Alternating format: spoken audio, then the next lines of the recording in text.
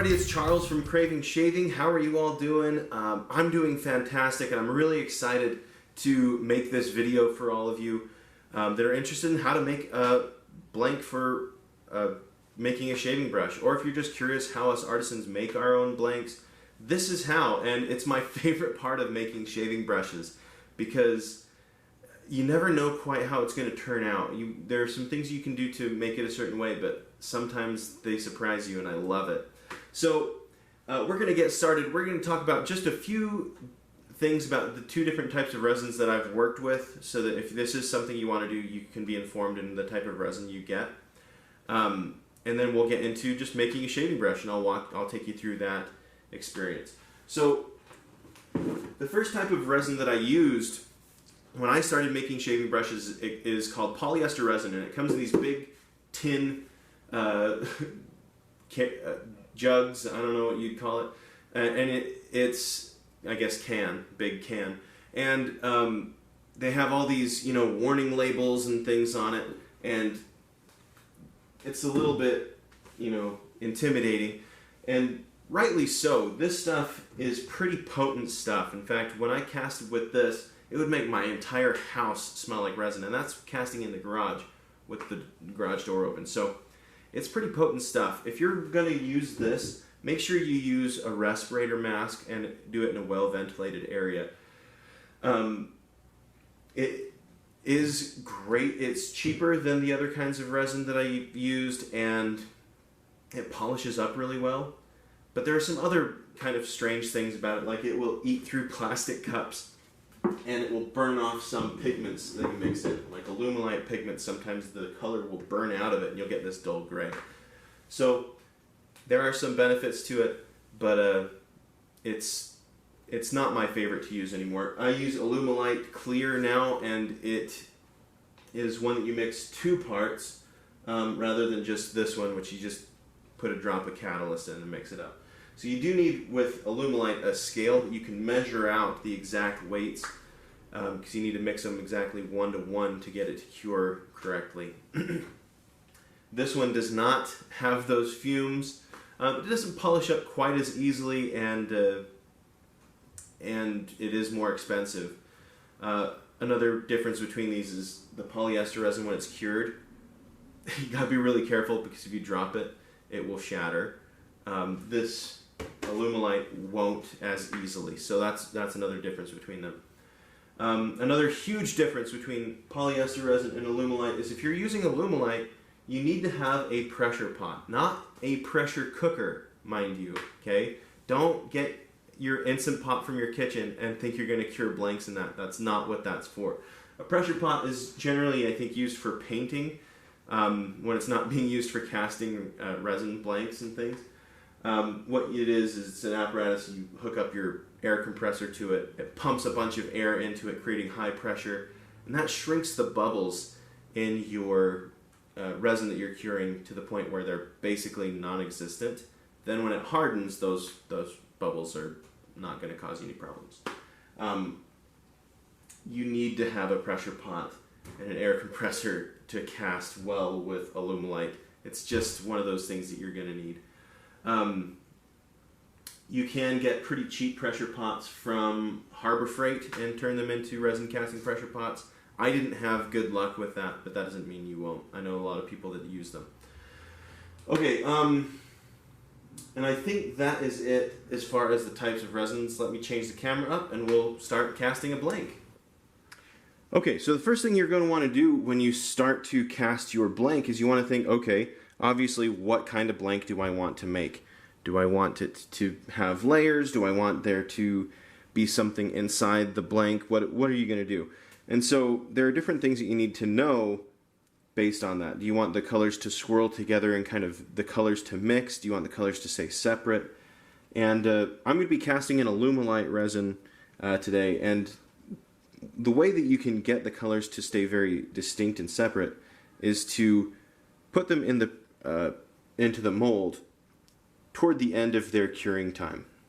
Okay, so it's a 7-minute cure work time. You're going to want to get it into the mold probably around 5 minutes in. And so what I'm going to do is I'm going to do 3 colors of green, and just kind of swirl those together.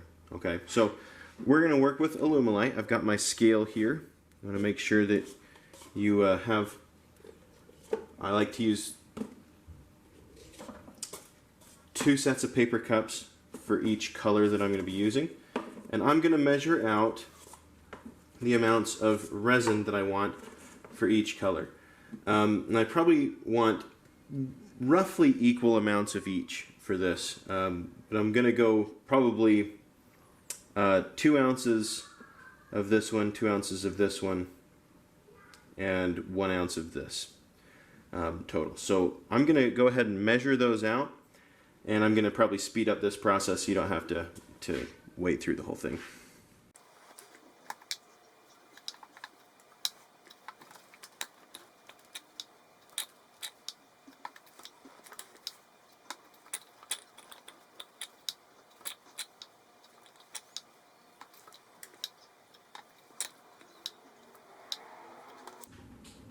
Okay, so now I've got all of my resins measured out, and my part A is up here, my part B is down here. So we're going to go ahead and we're going to take this dye. Now this is Cast and Crafts pigment. Let me hold that up so you can see it. And this was just purchased at Hobby Lobby, I think. And you're just going to want, for this amount, just a teeny drop. Now it's probably too much, but too much probably won't hurt unless you put way too much. And you're going to mix it in just to the part A. Okay. And we're going to, just to make things fun, we're actually going to add some white to this. So this isn't nearly as opaque as I want it to be. And we're just going to add just a drop of white Cast and Craft pigment. This is why you wear gloves. Wipe that off. And we're going to mix that into, and you can play with, you know, what you want as far as your colors go. Now that's not what I want either, so if you want to bring down the color of it, you can add some black pigment.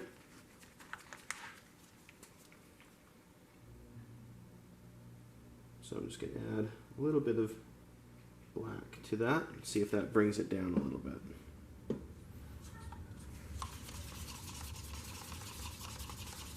And it did. That's about right where I want it. And now it's an opaque resin. Okay. The next kind is mica powder. This is Pearl X brand, and it's just literally a colored powder that you can mix in, and it gives it a nice pearly sheen and a nice swirl pattern. So this stuff is really easy to get cool patterns coming through. We're just going to put that much in, and as you can see, as you stir it, it incorporates in and gives you a lot of nice swirl patterns. One thing you want to be attentive to, especially when you're mixing the catalyst, is you want to make sure that you are scraping the sides of the cup that you're working in. Okay, and then this next one is an Alumilite dye, and it is transparent, and I do not want a lot of this in there. I just want it a little bit green, and so I am going to just put a little bit on the end of that stick and go ahead and work that in. And that's probably even too much. It's not going to be very transparent, but it'll work. Okay, so now I have my 3 types of green. The next thing that I'm going to do is I am going to mix these, mix the catalyst into the part A, and then we're going to pour them in my mold of choice, which is a big old pill bottle. You can use a mold like this as well, but there's more waste, I feel like, with this because you have to chop off all the corners when you start turning them. These pill bottles work great as molds. So let's go ahead and I'm going to remove the lid to my pressure pot.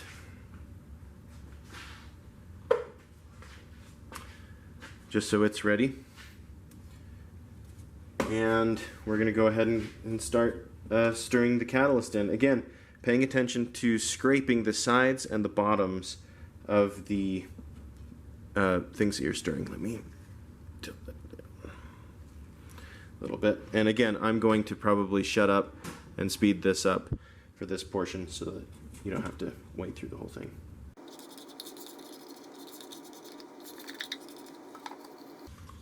Sorry, when you are stirring your resin, you want to stir it slowly. You don't want to like beat it to whip all the air bubbles into it. You want to keep the air out as much as you can. Not as much of a problem if you have a pressure pot, but why chance it, right?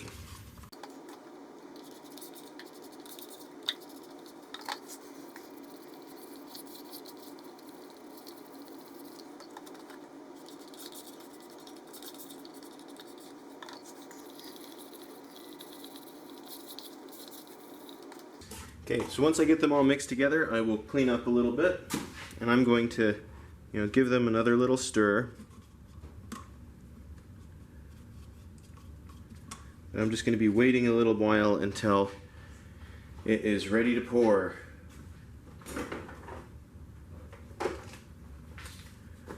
Another handy trick, if you have an infrared thermometer, you can check the temperature, and around there, 90, 93, 95 is where you want to start pouring. So since this one's at 95, we're going to go ahead, got something in it.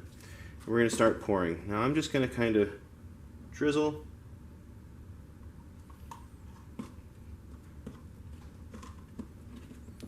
Each in kind of respectively.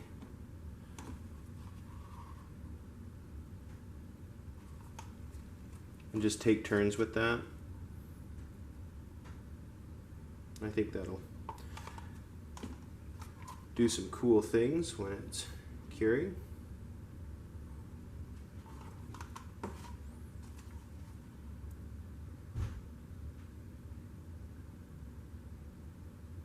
Let's get all that in there.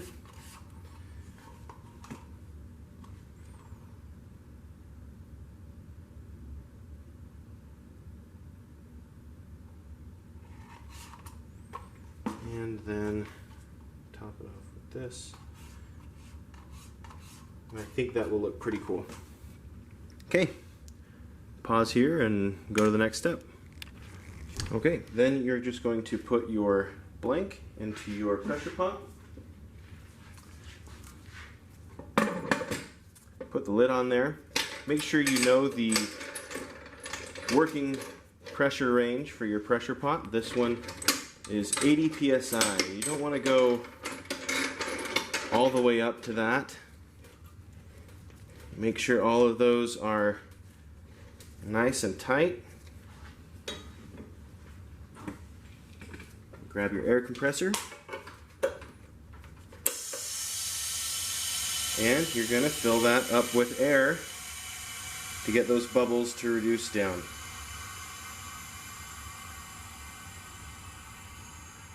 I'll usually put mine up to 70. Probably don't need to go nearly that high, but better safe than sorry. And we will wait. I usually wait anywhere from a half an hour to an hour to demold, or to remove them from the pressure pot, and they should be ready to come out of the molds at that point. So I'll come back then. Okay, once the time has passed,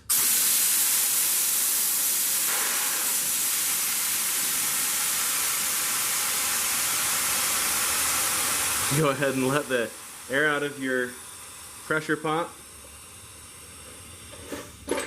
And you can undo all of the clamps.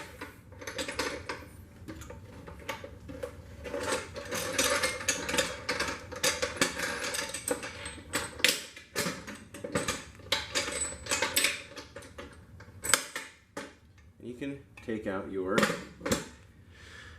mold. Okay, now you very technically bang that on something.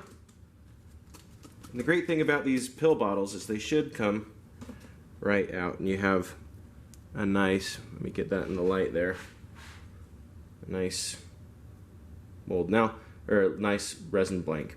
And the great thing is you don't know what this is going to look like until you get into it.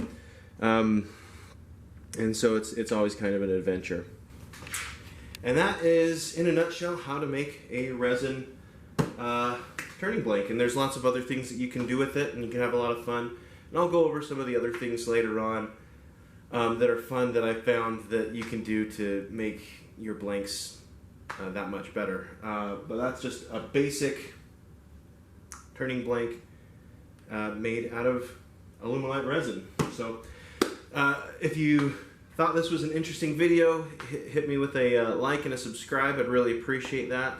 Follow me on Instagram for all updates basically about Craving Shaving. That's the first place I will post about it. And if you have any comments, questions, or suggestions that you'd like to see videos about, put them in the comments, or better yet, email me at cravingshaving@gmail.com.